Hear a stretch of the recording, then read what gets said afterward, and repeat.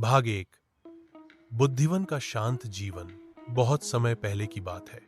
एक सुंदर, शांत और हरियाली से भरा जंगल था बुद्धिवन। वहां हर तरह के जानवर रहते थे। शेर, बंदर, हिरण, लोमड़ी, मोर, तोता, कछुआ और गजराज। एक बड़ा समझदार हाथी। गजराज को सभी जानवर बहुत मानते थे। वह न सिर्फ ताकतवर था, बल्कि बहुत ही शांत, सहनशील और समझदार भी था। जब भी किसी जानवर को कोई परेशानी होती, वह गजराज के पास सलाह लेने आता। एक दिन गजराज झील के किनारे बैठा आराम कर रहा था। तभी उसके पास हांफता हुआ खरगोश चीकू दौड़ता आया। गजराज दादा, कुछ तो करना होगा।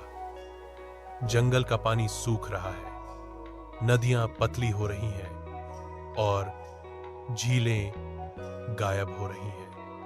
गजराज तुरंत चौकन्ना हुआ। यह गंभीर बात है, हमें इसका कारण जानना होगा। भाग 2। झील की खोज और रहस्य। अगले दिन गजराज ने अपने दोस्तों लोमड़ी फुंदरी, बंदर झब्बू और तोता मीठू को बुलाया। हमें पूरे जंगल में घूमकर यह देखना होगा कि पानी कहां कम हो रहा है और क्यों, गजराज ने कहा। चारों दोस्त निकल पड़े। उन्होंने देखा कि छोटी नदियां सूख चुकी थीं। कई झीलें अब सिर्फ गड्ढे बन चुकी थीं। पक्षी प्यासे थे, हिरण परेशान थे। तभी मीठू बोला, मैंने उड़ते हुए जंगल के बहुत अंदर एक चमकती हुई नीली झील देखी है। शायद वहीं कुछ रहस्य छिपा हो। गजराज ने सिर हिलाया। हमें वहां जाना होगा। भाग 3। कठिन सफर। जंगल के भीतर जाना आसान नहीं था। रास्ते में कांटेदार झाड़ियां थीं, दलदल थे और कभी कभी शिकारी जानवर भी। फुंदरी ने रास्ता चुना। झब्बू पेड़ों से कूद कूद कर आगे देखने लगा और मीठू हवा में उड़कर दिशाएं बताता रहा। 2 दिनों की यात्रा के बाद वे पहुंचे एक रहस्यमयी नीली झील के पास। झील बहुत सुंदर थी, पानी बिल्कुल नीला और ऊपर से एक हल्की नीली रोशनी निकल रही थी। लेकिन जैसे ही वे झील के पास पहुंचे, उन्हें दिखा झील के किनारे एक बड़ा मगरमच्छ बैठा था, जिसके माथे पर चमकता हुआ तिलक था। भाग 4।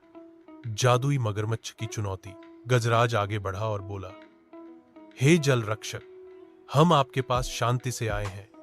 हमें बताइए, क्या ये झील किसी जादू के असर में है? मगरमच्छ गुर्राया, मैं हूं कालनाग, इस झील का रक्षक। यह झील अब आम जानवरों के लिए नहीं है, यह केवल बुद्धिमानों के लिए है। और जो मेरी 3 बुद्धि चुनौतियां पूरी करे, वही इसका जल पा सकता है। गजराज बोला, हमें मंजूर है। बताइए पहली चुनौती। भाग 2 में जारी रहेगा।